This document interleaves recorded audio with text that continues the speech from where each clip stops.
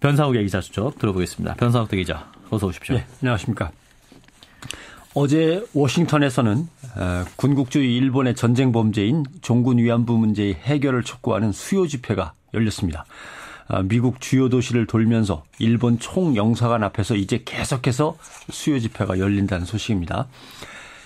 그러나 최근에 박근혜 대통령은 한일 국교 정상화 50주년 기념 행사에서 과거사의 무거운 짐을 화해와 상생의 마음으로 이제 내려놓자 이렇게 밝혔습니다. 예. 여기에 대해서 한국 정신대문제대책협의회 등 시민단체들은 우려를 표하고 있습니다.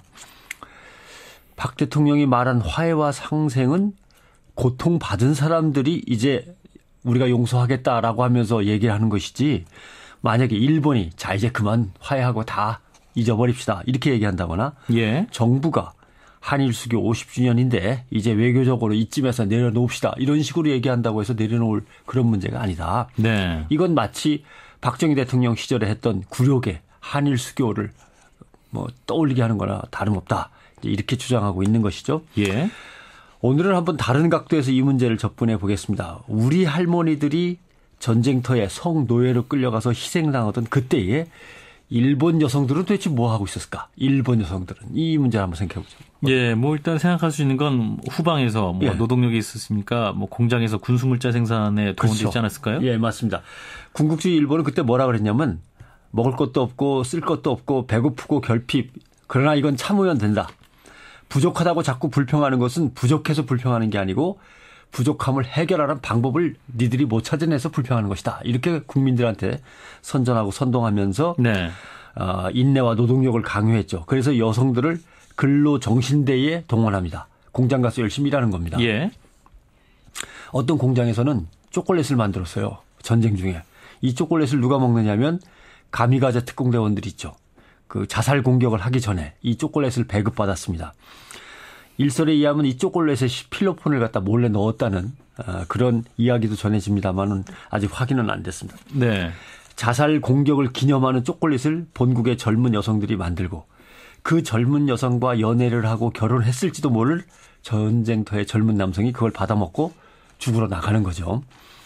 여성들의 이런 역할을 뭐라고 부르냐면 총 후의 여성, 그러니까 총 뒤에 있는 여성들이라고 부릅니다. 예. 총 뒤에서 여자가 벌이는 것도 전투다. 그 전투에는 공장에서 일하는 경제전, 또 병사들을 갖다 독려하고 격려하는 사상전 이런 것도 있다.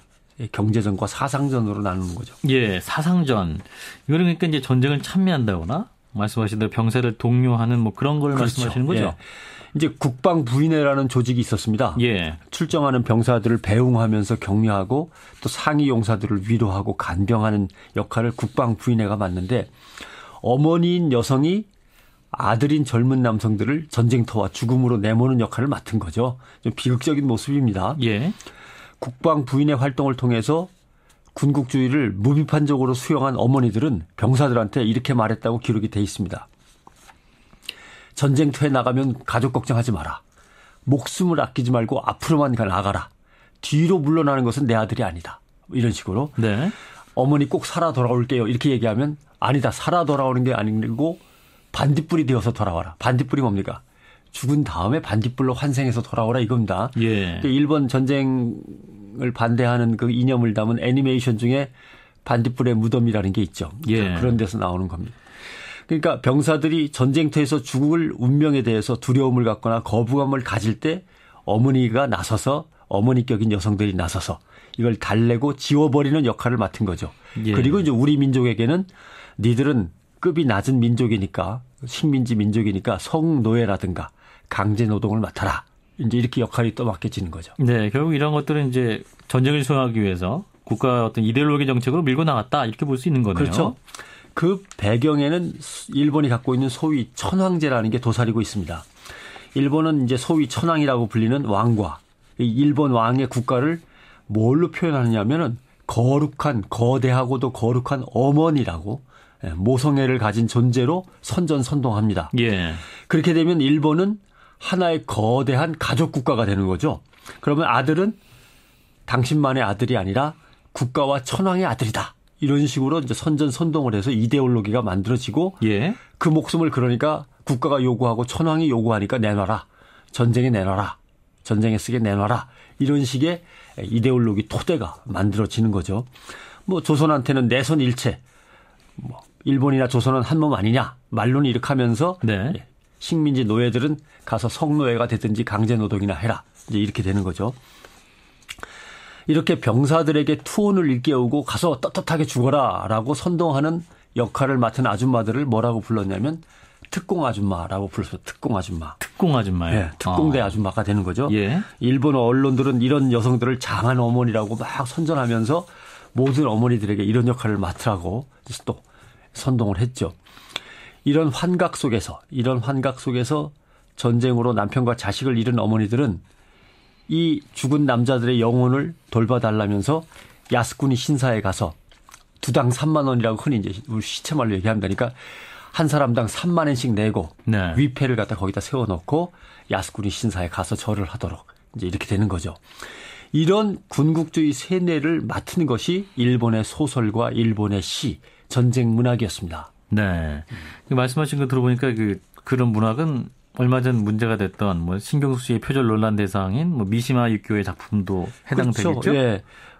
신경숙 씨가 표절했다고 얘기가 됐던 미시마 유키오의 우국이라고 하는 것. 이 네. 작품이 이제 그 일본의 전쟁 군국주의 선전 선동 문학을 이어간 대표적인 작품인 거죠.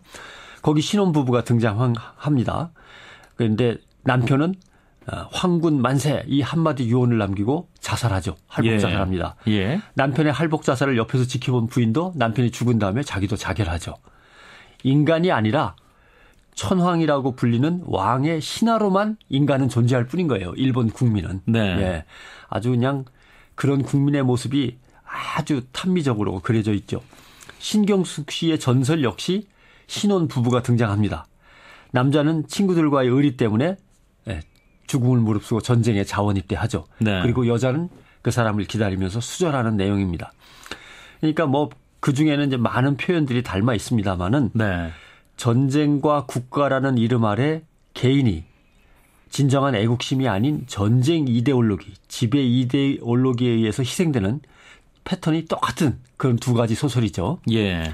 그러니까 표현을 베꼈다를 넘어서 이야기의 서사 구조가 미시마 유키오의 우국은 군국주의고 신경숙 씨의 전설은 국가주의고 약간의 표현의 차이가 있지만 군국주의, 국가주의 개인이 여기서 소멸돼 버리는 그 점을 놓쳐서는 또 안 됩니다. 예, 뭐 실제로 미시마 유키오 자신도 그렇죠. 군국주의 부활을 외치면서 할복자살해서 충격을 주기도 했고 예. 이게 어쩌면 더 큰 표절이 아닐까 하는 거죠. 예. 만약에 뭐 신경숙 씨가 더 넓은 시야에서 이러한 우리 할머니들의 역사와 일본 여인들은 또 어떻게 해서 전쟁 이데올로기에 함몰되어 갔는가.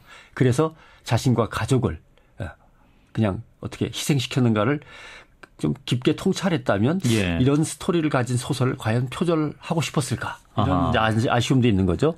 본격적으로 역사에 대한 통찰도 없었던 것이라는 말씀이고. 예. 예. 정신대 할머니들에게 그래서 화해와 상생의 마음으로 이제 내려놓자라고 말하는 박근혜 대통령한테도 이걸 따져 묻는 겁니다. 화해가 무엇이고 상생이 무엇인지 자살 초콜릿, 반딧불, 3만 원짜리 야식군이 신사의 위패 이걸 만든 일본한테 물어볼 게 아니고 정신대 할머니들한테 물어보고 이제 내려놔야 되겠습니까? 라고 물어본 다음에 그 답을 구해야 되는 거죠. 예, 예. 그러니까 한국과 일본 정부가 한일 수교 50주년 기념으로 과거사를 사지없이 내려놓자라고 하는 것은 어떻게 보면 과거 굴욕의 한일 수교 50주년을 표절하는 거나 마찬가지 아닌가. 그런 생각을 해보는 거죠. 네, 여기까지 듣겠습니다. 변사옥대 기자였습니다. 고맙습니다. 고맙습니다.